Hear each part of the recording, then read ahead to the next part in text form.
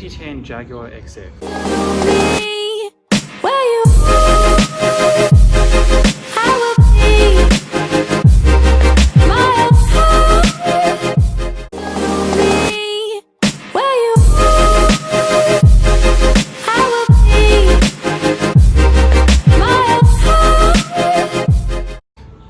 The car who many say is the savior of the Jaguar brand today. Back in 2007, before this car was launched in 2008, Jaguar was sold off to Tata Motor Group of India. Along with that came the new design head Ian Callum, who designed the Jaguar of today for the modern era, for a younger, broader audience. Let's take a look at the car. So I figured, since this is a British car, why not have tea while giving it a review? So, the Jaguar XF, as you can see, is sort of a coupe type of styling, like the Mercedes CLS. Four-door coupe. It's got this beautiful staunch line running through the whole car, from the front all the way until the end and wraps around. It's got the typical Jaguar hood with the big running line in the middle. Got these gorgeous 20-inch alloy wheels with massive disc brakes. I love this air intake with the classic little Jaguar sign on the emblem. Then in 2008, when the car was first released, they had light bulb indicators, but for the 2009-2010 model, they gave these running LEDs on the side here. The beautiful chrome finishes around the sides of the doors. And of course it has keyless entry, quite a big thing for the 2010 year. Welcome to Knowledge Corner, the place where we tell you the history about the car company. So back in 1922, the Jaguar brand was not what it is today. It used to be known as the Swallow Sidecar Company, making motorcycle sidecars.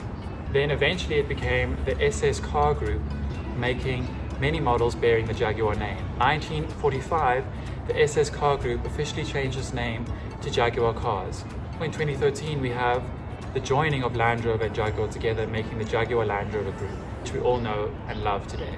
So under the hood of this glorious machine is a 5-litre Jaguar V8, producing 385 horsepower and 380 pounds-feet of torque. It gets to 0 to 100 in almost 6 seconds.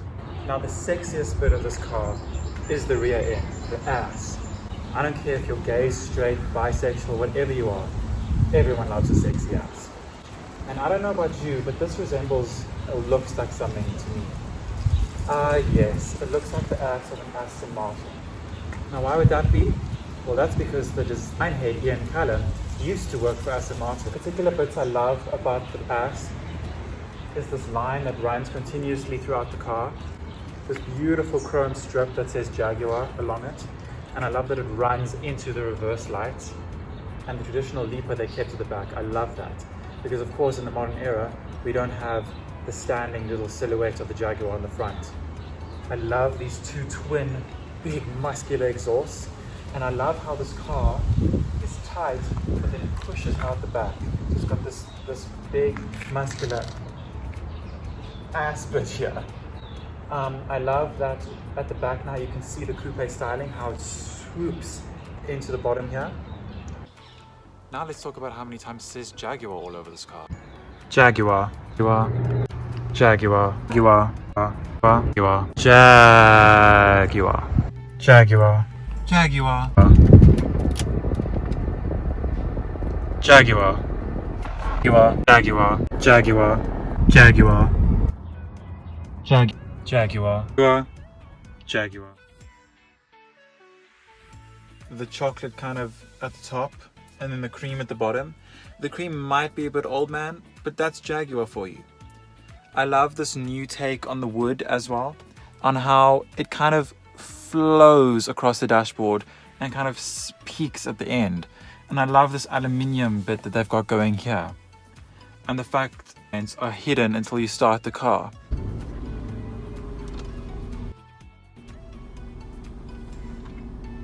Also love how everything in this car emphasizes sportiness and that the car is alive. When you start the car, the air vents roll up And so does the gear selector. It rises out of its position. The starter button also pulsates like a heartbeat.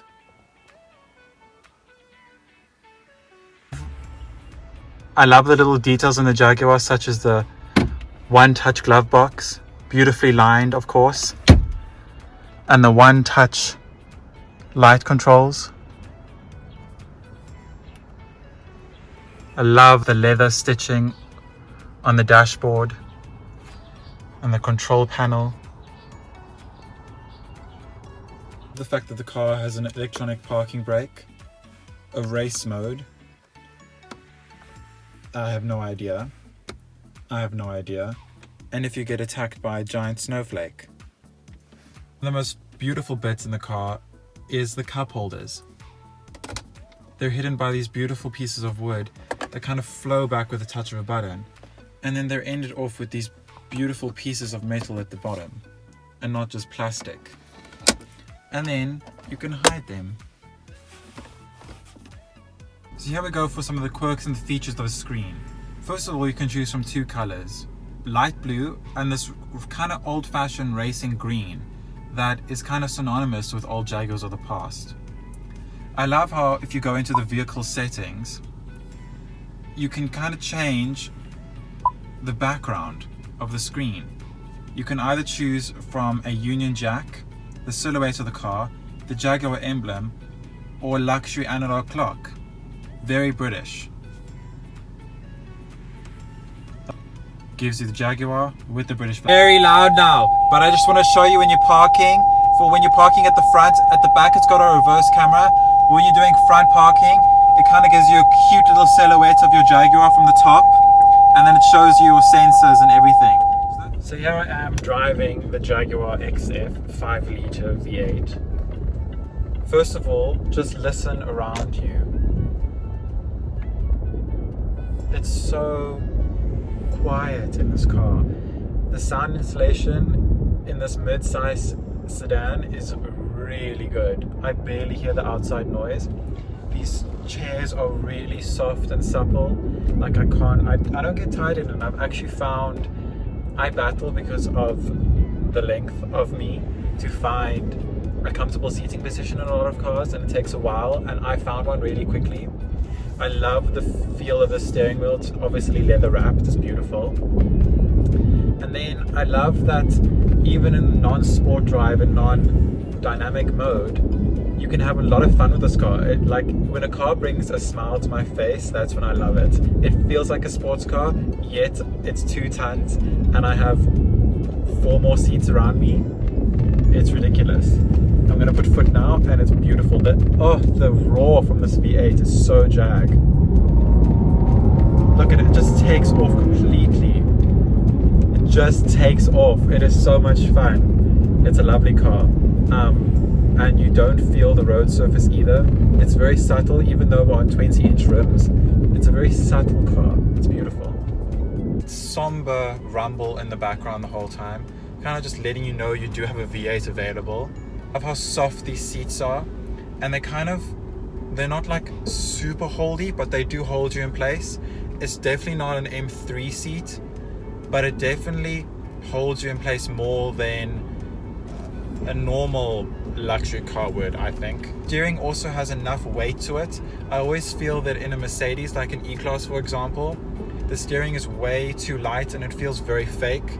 This has got some nice weight to it. It's easy to maneuver, but it still lets you know where the wheels are on the car. Kind of does feel expensive. It feels like a Jaguar, but it also feels sporty and fun, and it brings a smile to your face when you want to. It's the best of both worlds, really. Let's put it in sport. Let's hear. Oh, yeah, now it roars. And it kind of holds into gears for quite a while, at least in sport, and then it clicks over. That is awesome stuff.